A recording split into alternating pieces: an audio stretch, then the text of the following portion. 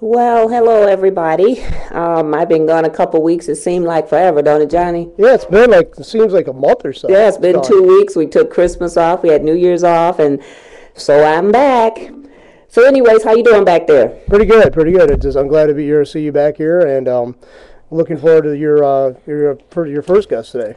Yeah, I am too. I'm really excited today. My first guest is calling in all the way from Phoenix, and she has a photography business, and it's called My Bald is Beautiful, and she takes pictures of beautiful bald head women. So I want to welcome Angelique White to the show. Angelique, are you there?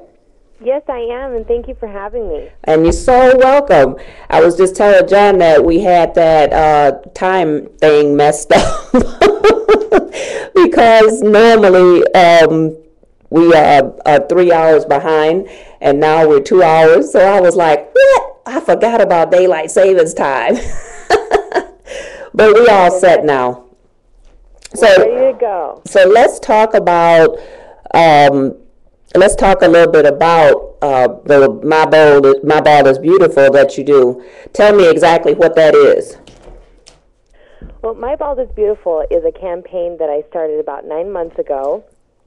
I was first started working with a wonderful woman by the name of Melinda Sims, who owns the azhairboutique.com.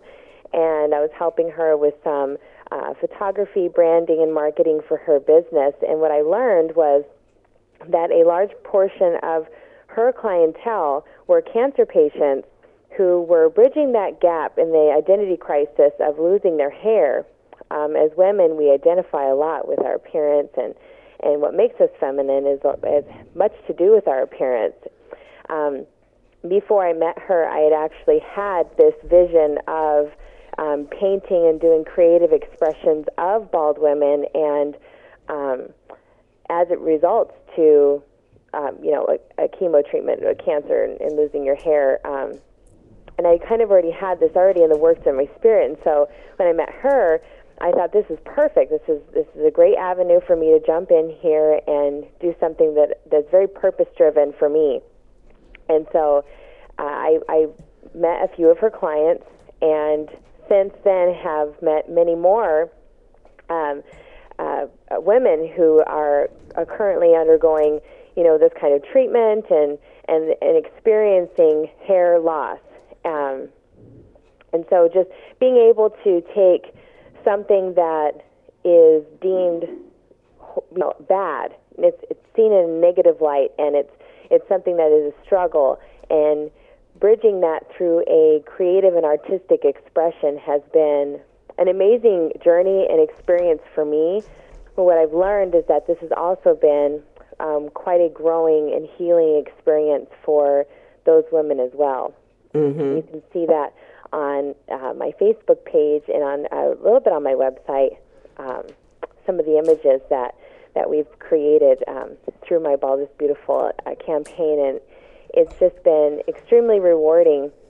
But since then, I was on AZTV, where they did a segment on My Bald is Beautiful, and I learned that the host of the show was also currently bald due to cancer, and she was kind of speaking on her experience with hair loss, and I learned that her daughter has something called alopecia. Mm-hmm. And so this is something I didn't even know about, and I thought, wow, okay, so here's another avenue of, again, women, men who are trying to bridge that gap and the identity crisis, another avenue for a beautiful sense of baldness, and being able to also create imagery and help them as well.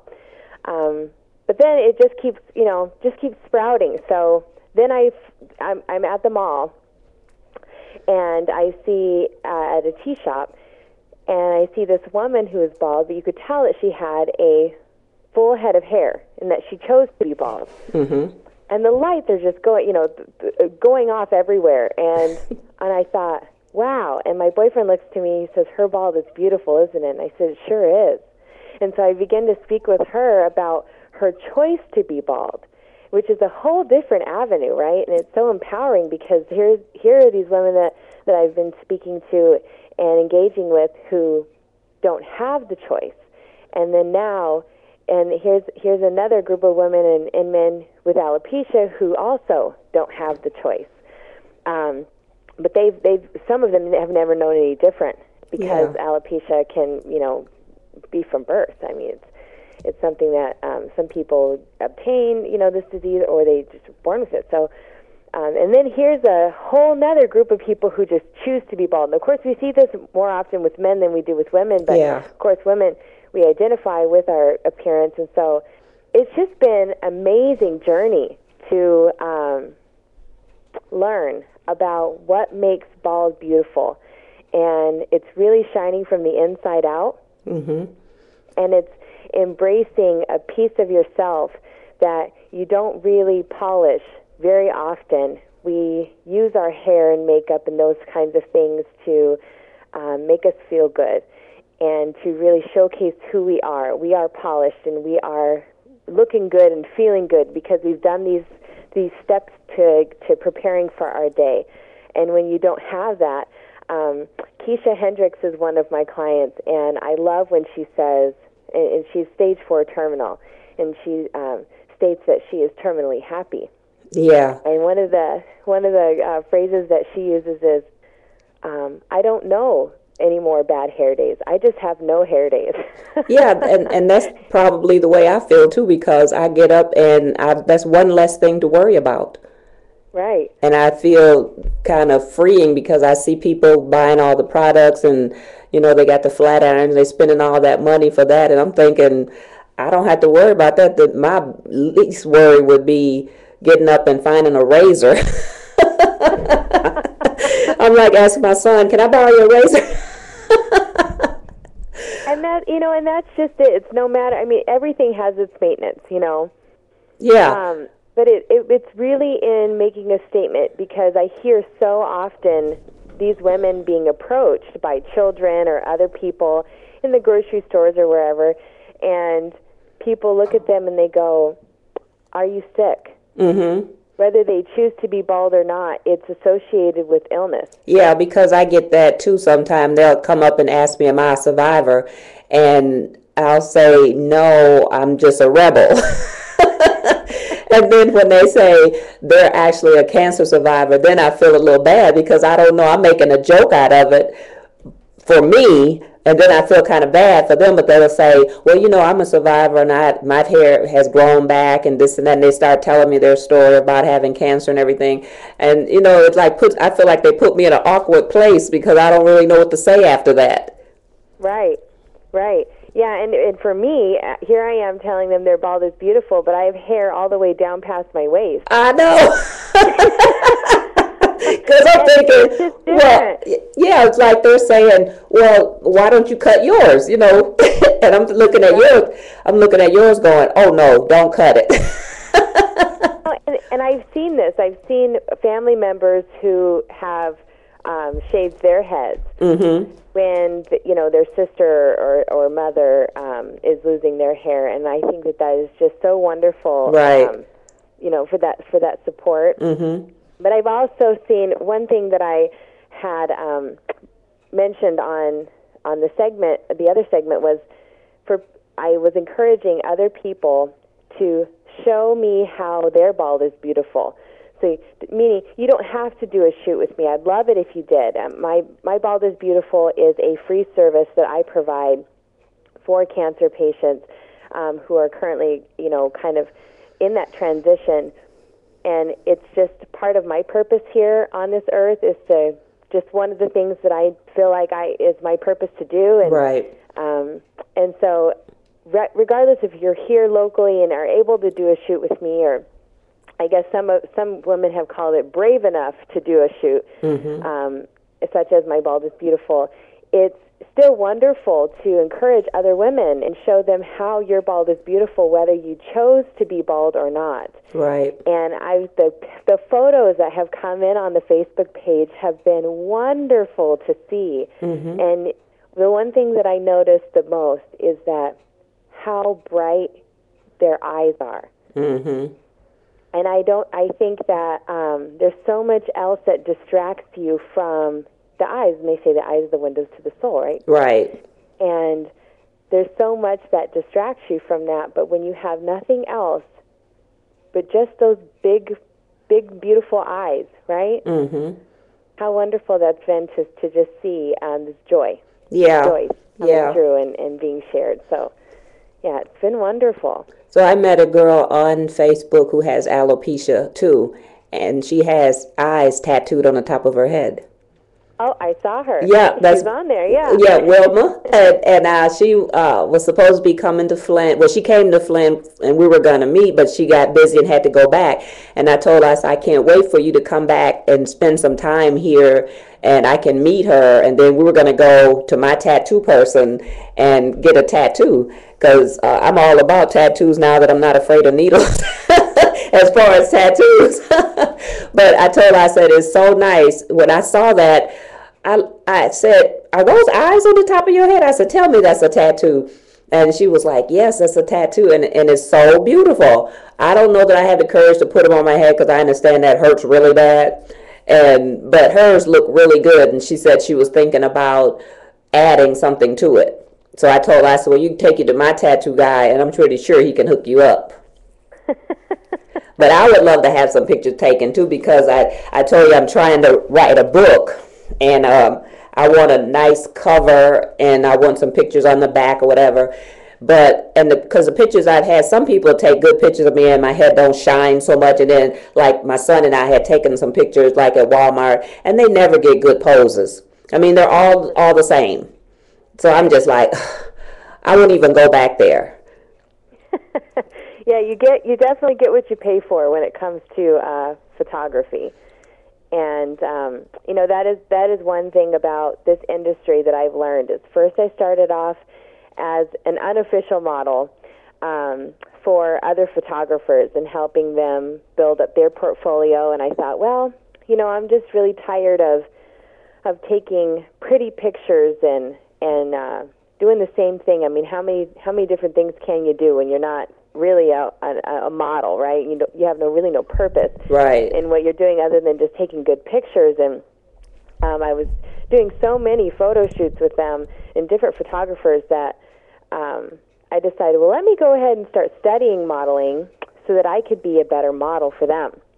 And as I started to study it, I started to learn about body composition and facial structures and body types and how to dress and how to pose, and that's really helped me help my clients, because as I went on the other side of the lens, I then became a coach.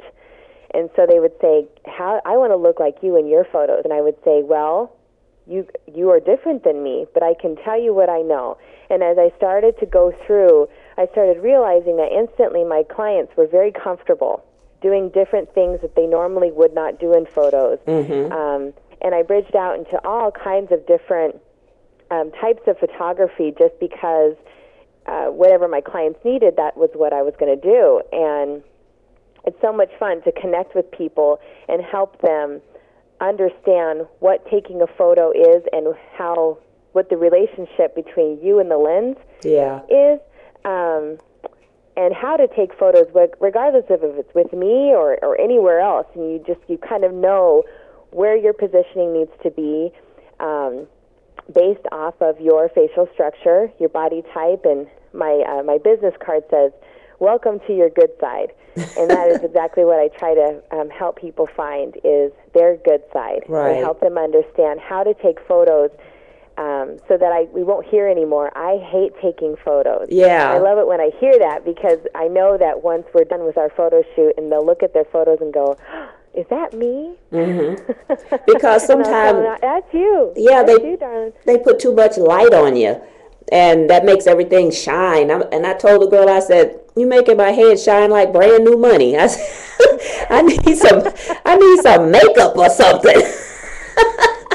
Yeah, makeup and lighting. It's definitely two major factors in photos. But sometimes it's just you can't. There is no. I have no talent button. I have no pretty button. Right. I have no joyful button on my camera. Those are things that cannot be. It can't be manufactured. Mm-hmm. And I think that the test is when you go to a place to get your photos done, and everything's rushed, and you are just smiling because you want to have a nice photo with you smiling. And that's one thing. Mm-hmm. But to capture a moment and to really capture a genuine smile and sense of joy in your photo is something that's different. And so if you have a photographer who you're comfortable with, and just stick with that person. It's worth it to make sure that when you're logging life, you're logging your genuine happiness, not just the manufactured smile for $20. Right. So now, when you do your pictures, have you branched off into any of the children cancer survivors or anything like that, or is it just basically so far been adults? I did have the absolute honor to photograph one of my very dear friends' son. Her name is Nicole Smith, and her son's name is Austin Giles Smith, Mm-hmm. and he was 11. And I had the honor of photographing him as my first child Mm-hmm. and my first male subject for my Bald is Beautiful back in October. Mm-hmm. And little did I know that the very next day they would be flying out to Maryland for an unconventional treatment that would nearly take his life. Oh, my goodness. And I was able to get just the happiest of times before all of these very sad events occurred. And we did not know at that time that, because he was in remission at the time, Mm-hmm. we didn't know that within a month later, a month and a half, that he would pass away. Oh. And I would say that, and it's hard for me to even talk about without tearing up, because he was just such a joyful spirit. Mm-hmm. But I feel so honored to be to have had that experience with him and his family, and to have those images and those moments, and to have been able to capture something that was so beautiful, that wasn't just here is Austin without hair. Right.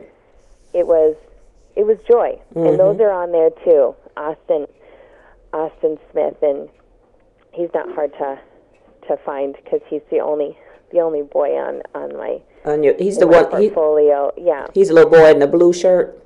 Yes. Mm-hmm. Yes. And we had a wonderful celebration for him. But I have to say, for anyone who is battling cancer, that to make a statement that this is a part of the journey. Right. That we all have a purpose and we all have a time.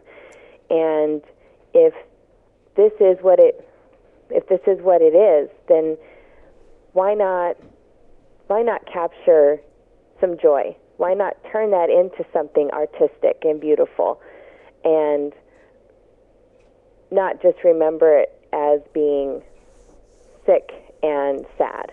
Yeah. And I feel like and one of the reasons why I feel so honored is I feel like I was able to give that to his family. Mm-hmm. His mom is also a photographer. Oh. She does a different type of photography, yet she's extremely talented. Mm-hmm. But she has a whole different style than I do, and it's fun because sometimes she shoots me and sometimes I shoot her. You can shoot each other. Yeah, well, when you're the photographer, who's taking your picture? Yeah. You're always taking everyone else's picture, and so that's kind of cool to have photographer friends who you can flip flop with like that. Right. Yeah. So now you're only in the Phoenix area. How far have you gone to participate? Have you gone to any like conferences, or do you know of any conferences where there's like a whole bunch of bald-headed women? No, I have.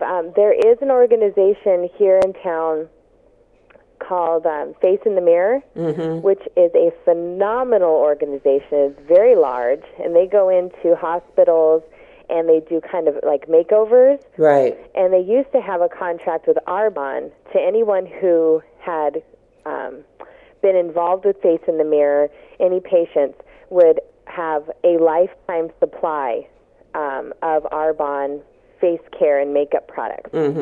Seemed like Recently, that was traded over into the Philosophy, I think is what it's called. Seemed like I saw something like that on Facebook, because I'm always looking at when you see like different organizations, and when you said My Ball is Beautiful, I think it would be interesting to try to start something like that here, because I met another girl on Facebook who's also bald, and I'm trying to have her come on the show, somewhere down the line too.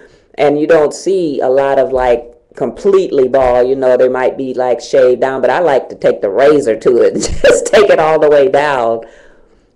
Right. Well, and then you've got people who are jewelry designers, right? Who design for. So there's, I've even seen websites where there's head jewelry. Oh, okay. So there's these pieces of jewelry that, that it's almost like a hat, but it's like jewelry. Right. And, with chains and beads and different things. And it's just the most interesting what you can do. And different women who have liked My Bald is Beautiful. I went to go look at their photos, and they're just gorgeous. Yeah. Because that would be kind of cute, because, sometimes you want to put something on your head, but you don't want to wear a hat. You want to dress up, and aside from your earrings and stuff, you could really deck it out. Yeah, there's a market for that. So anybody listening, there's probably a bigger market than they think, because it is something where, like someone who wants to tattoo, someone who wants to decorate, and someone who wants to express themselves, where you can't because you have no hair. Right. So how else do you do that? And so something like head jewelry and earrings and things like that, it's absolutely. Yeah, because I love my earrings. I won't even go to the store without my earrings on. My son's like, where you going? Why you got to put on lipstick? And I'm like, but you have to. You got to put on lipstick and earrings. Can't go out the house without them. I don't care if I'm wearing sweatpants or what. I got on lipstick and I got on earrings. The last time I did that, I got really seriously bad looks. So I got some strange looks when I did that. Our producer in the background, did you hear him? No, what did he say? He said last time he did that, he had some strange looks. Last time, John, I told you that was the wrong shade of lipstick for you.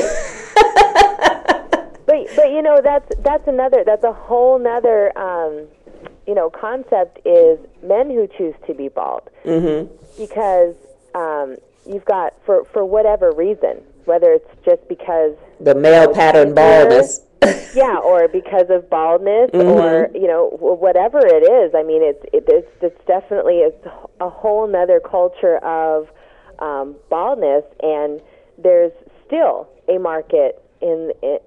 As it relates to accessories and things like that, especially in the wintertime, right? Yeah, because I have plenty fedoras that I wear through the winter. I have summer ones, but most time in the summer I just go straight up unless it's 100 degrees out, and then I want my head to bake. But I have plenty of fedoras. I love wearing my little hats. And in the summer, it would be good to throw some jewelry, one of them little beaded hats or something, that would really dress up your head. You wouldn't have to worry about a hat, but it would be dressy. Yeah, I agree. So there's definitely a market for that, but there's just so much else you can do. As it relates to being artistic with a bald head, because it's a canvas. Yeah, it really is. And Mariah, she was the second person that I had shot and photographed, and she allowed me to paint this kind of flowery something on her head. I don't know what you call it. I think it's kind of like petals or something I did. Oh, okay. And that was just this whole other spin off of what we were doing. And one thing that I've kept consistent is to use. I was also doing, which is what sparked My Bald is Beautiful. I had started with another friend of mine, Megan Peroni, had started something called Women of Inspiration. And she shot first, and we had this whole idea what we were going to do. And she said she was kind of going through her journey as a woman in transitions, and we speak a lot about this, just being a woman and having transitions in general. That this really isn't mapped out for us. Mm-hmm. Expectations change all the time as we grow, and it's not really mapped out. So as you're going through a transition, you don't really know that you're going through a transition. It just feels like stuff sucks at the moment, you know? Yeah. And then you get through it, and then you look back and you go, oh, I grew. That is true. And there's all these different angles and sides to womanhood that are just, depending on if you're a mother and what your age is and hormones and all these different things. And so we were speaking on the transitions in womanhood and what's inspiring, and we were talking about, all these different things that Kardashians and what's on TV and what's, placed in the spotlight as your examples right. of womanhood and role models that are given spotlight and it's kind of ridiculous, right? Because this is not real life. Yeah, some of that stuff I just look at and think I would never want them to be my child's role model. Some things you just got to be like, no, because they're not even, they may not even be famous for anything. They're just out there. Right, and that's just the thing is that we all need role models, not just, and we think of role models and we think of mentors, and a lot of people relate it to, a younger crowd, but we all need role models and mentors, and we choose them, we pick them, we may not just not call them that. Right. So we decided that we were going to take women in the community, local community, and do pieces on them, call it Women of Inspiration, and we have a Facebook page for that. And we did her as the first subject. And so she had started her blog about her journey, and we had taken words and phrases from her journey and that were important to her, and the good, the bad, and the ugly. Mm-hmm. And we had done some artistic expressions through photography, black and whites, of her, and some of them are just breathtaking, and some of them are very emotional to see. Some of that process through the photo shoot was, there was laughter and there were tears, and right. That's just kind of what sparked me as I started to think about painting a journey, and a woman losing her hair. This journey, wow, this is something that we have a lot of control over the choices that we make, but we don't have a lot of control over these kinds of things. And so embracing every step of our journey is just so important, and no matter what it is that you're up against or currently experiencing in your life. So that's what really sparked that for me. And it's been interesting to listen to the stories different, because they're all different. Yeah. Yes, you have cancer. Yes, you go through pretty much the same process with doctors, and there's a few variables that change here and there, and then you have chemo, and some don't. They have radiation, and some don't, and and those kinds of things are all the same. Or you have alopecia, so there's no other things that you go through other than, just experiencing baldness, or you choose because of a reason, or whatever it is. But the cancer journey itself is very different, because they're walking a different path right before that happens. And to learn about these women and not just categorize them into, these are cancer chicks, right. People who are bald, illness, sickness. It's freeing, I think, to not just be classified when you go and again, just something else that Keisha had said to me, these people who I've met, women especially, have been so impactful to me in how I see my life. She says, I walked in Keisha Hendricks, and when I walked out diagnosed, I walked out that chick with cancer. And I was never the same.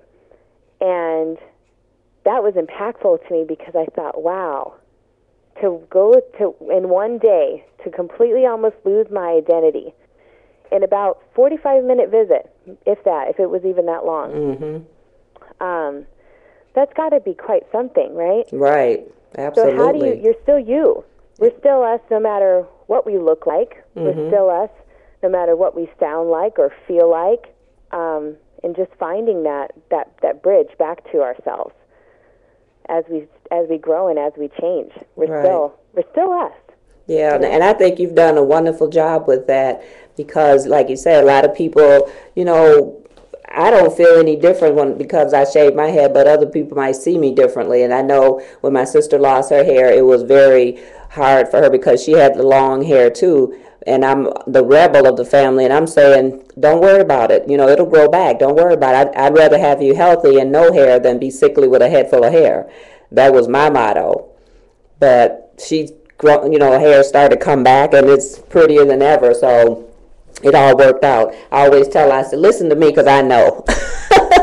Right. Not really, do I know?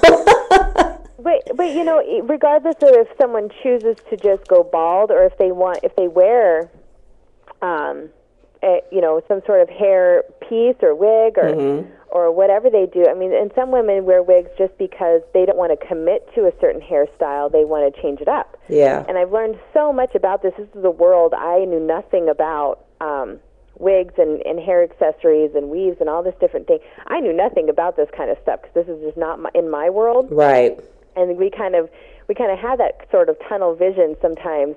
And my view on all of this has just been busted wide open. And as I learn, I go, wow, okay, so that's kind of cool. And when I see someone walk in, Melinda has a boutique, and she does a one-on-one, and she's also mobile. So she'll come into your home and she'll do this one-on-one service, a head and scalp assessment, and then if you want the wig, then she finds the right one and she tapers it all up or whatever she does to make it just for you.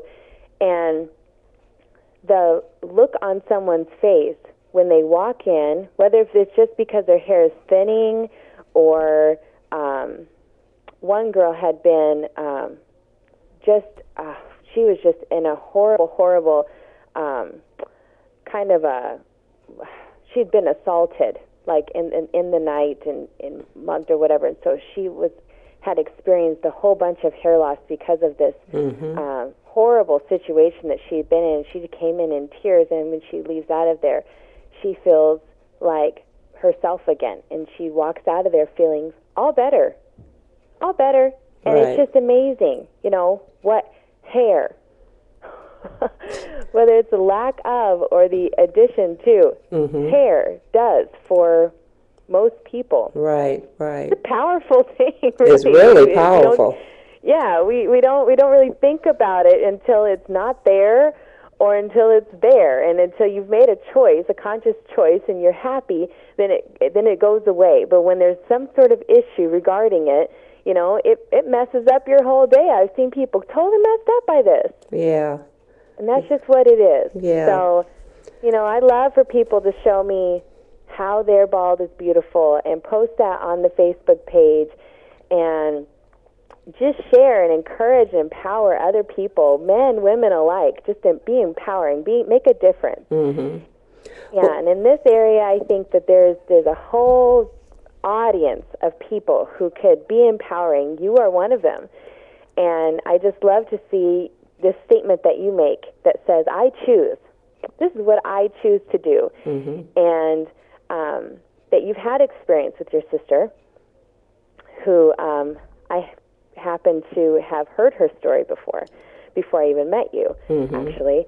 And to just learn about this experience, because they say that not just one person gets cancer or gets affected with terminal illness or severe illness like that, the whole family, their whole community gets infected with it, because everybody's affected by it, right? Right. Yeah. So to just be empowering and encouraging, I like to say, as a community, we can love harder, we can grow stronger, and we can fall a little softer, knowing that we have hands to help guide us back up. Yeah. So anyways, I'm so glad that we were able to get you in here today. We're going to wrap up the show, and it's been very enlightening to me, and I hope enough people, was able to listen or come back and listen later and hear your inspirational story. So I want to thank you very much for taking the time out to come on and just talk to us today about My Bald is Beautiful. Yes, thank you for having me. I really enjoyed being on the show. Okay, well, we will talk to you later. So that's Miss Angelique White, and this is Flaminpit, and we're out.